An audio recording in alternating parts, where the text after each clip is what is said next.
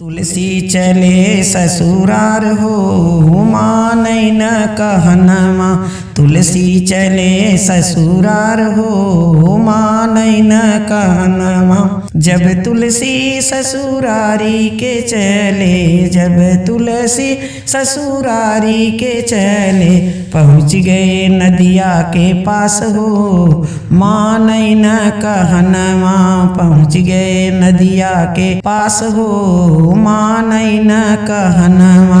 तुलसी चले ससुरार हो मानई न कहनमा। नाव समझ कर मुर्दा पे चढ़ गए, नाव समझ कर मुर्दा पर चढ़ गए।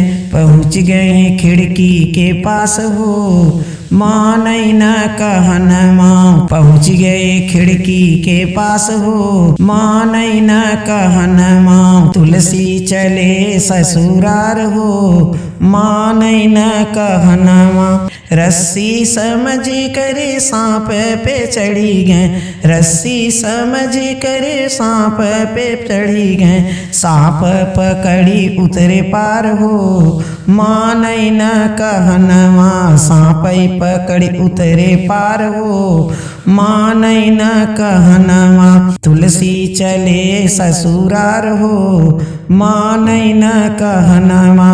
जब तुलसी डेवड़ी पर पहुँचे, जब तुलसी डेवड़ी पर पहुँचे, उहवा रानियवा रही ठाड़ हो मानई न कहनमा।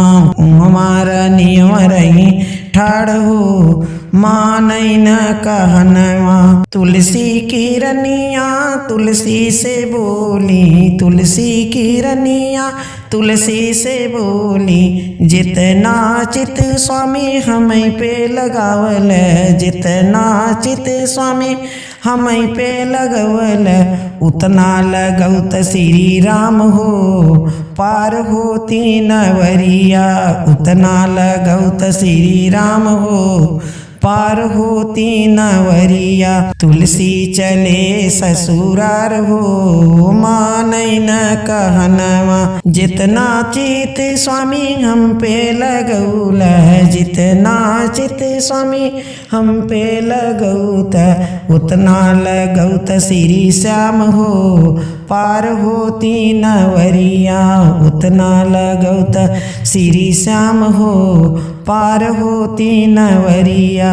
इतना बचन जब तुलसी जी सुने, इतना बचन जब तुलसी जी सुने, पहुँच गए चित्रकूट धाम हो मानई न कहनमा। पहुँच गए चित्रकूट धाम हो मानई न कहनमा। तुलसी चले ससुरार हो मानई न कहनमा। तुलसी चले ससुरार हो मानई न कहनमा।